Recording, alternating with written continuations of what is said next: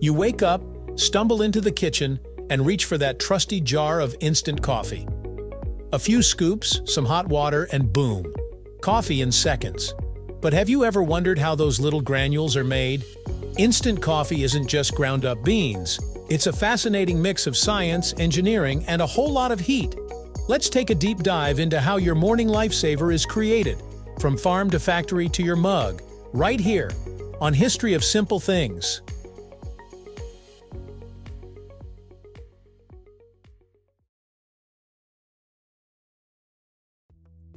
Like any coffee, instant coffee starts with coffee beans.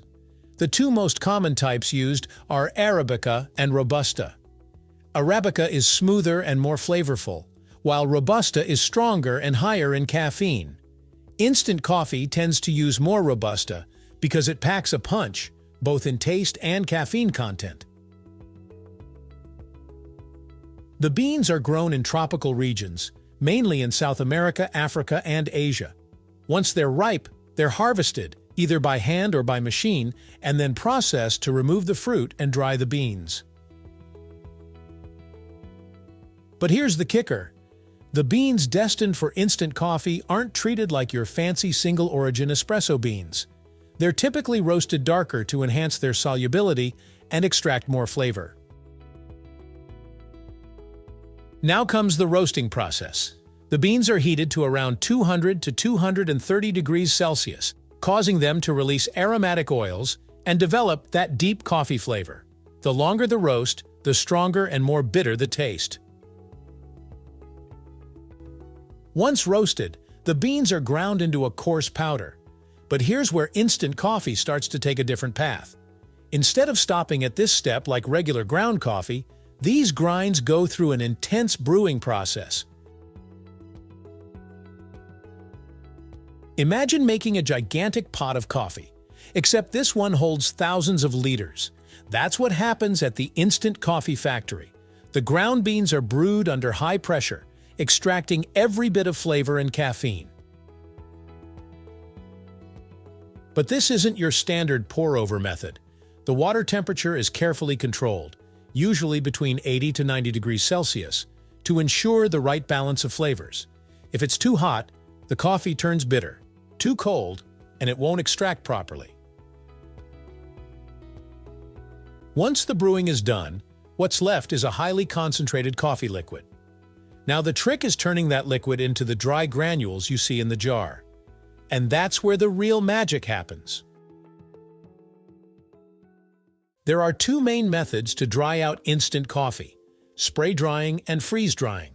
Each one affects the final texture and taste.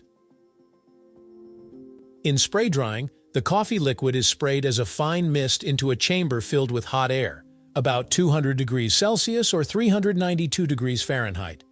The droplets dry almost instantly, leaving behind tiny coffee particles.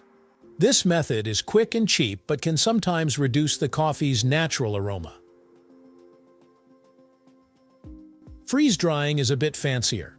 First, the brewed coffee is frozen into slabs at around -40 degrees Celsius. Then, the frozen slabs are broken into small pieces and placed in a vacuum chamber. The pressure is lowered, and the ice in the coffee turns straight into vapor without melting. This is called sublimation. The result? Chunky coffee granules that retain more flavor and aroma compared to spray-dried versions. So, if your instant coffee has larger, more distinct crystals, it was probably freeze-dried. If it looks like fine powder, it was likely spray-dried. Now that the coffee is dry, it's time to package it. The granules are measured and sealed in airtight jars, pouches, or single-serve sachets to prevent moisture from ruining their solubility. One of the biggest advantages of instant coffee is its shelf life. Unlike ground coffee, which can go stale quickly, instant coffee can last for years without losing much of its flavor, thanks to the dehydration process. Manufacturers might also add stabilizers or aroma compounds to enhance the final product, making it taste closer to freshly brewed coffee.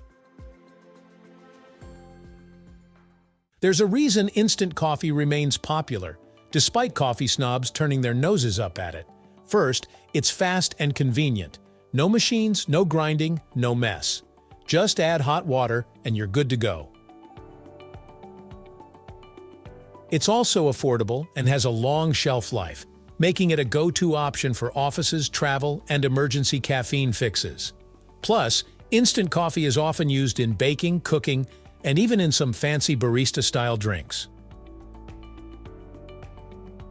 And while it might not taste as rich as a freshly brewed espresso, instant coffee has come a long way. With advancements in freeze-drying and flavor preservation, some premium instant coffees can rival the real thing. Here's a few fun facts about instant coffee. The first commercial instant coffee was invented in 1901 by a Japanese chemist named Satoru Kato, but it didn't gain popularity until World War II, when it became a staple for soldiers. And did you know? Instant coffee dissolves in cold water too. That's why it's great for making iced coffee on the go. In some cultures, instant coffee is preferred over brewed coffee. In South Korea, for example, instant coffee mixes, which include sugar and creamer, are wildly popular. So, the next time you stir up a cup of instant coffee, remember, it's far more than just ground-up beans. It's the result of careful engineering, from selecting the right coffee varieties to the advanced dehydration methods that preserve its flavor. Whether spray-dried for efficiency or freeze-dried for a richer taste, each granule in your jar has gone through an intricate process to ensure your caffeine fix is ready in seconds. Instant coffee has transformed the way we consume coffee, making it accessible, affordable, and incredibly convenient. While some coffee purists may scoff at it, there's no denying its impact, whether in offices, military rations, space travel, or simply as a quick morning pick-me-up. And with innovations improving its taste and quality, even specialty coffee brands are embracing instant options. So, where do you stand? Do you swear by the slow ritual of freshly brewed coffee? Or do you appreciate the simplicity of instant coffee? Thank you for watching. If you have suggestions for our next video, feel free to share them in the comments below. We'll be sure to give you an acknowledgement for your contribution.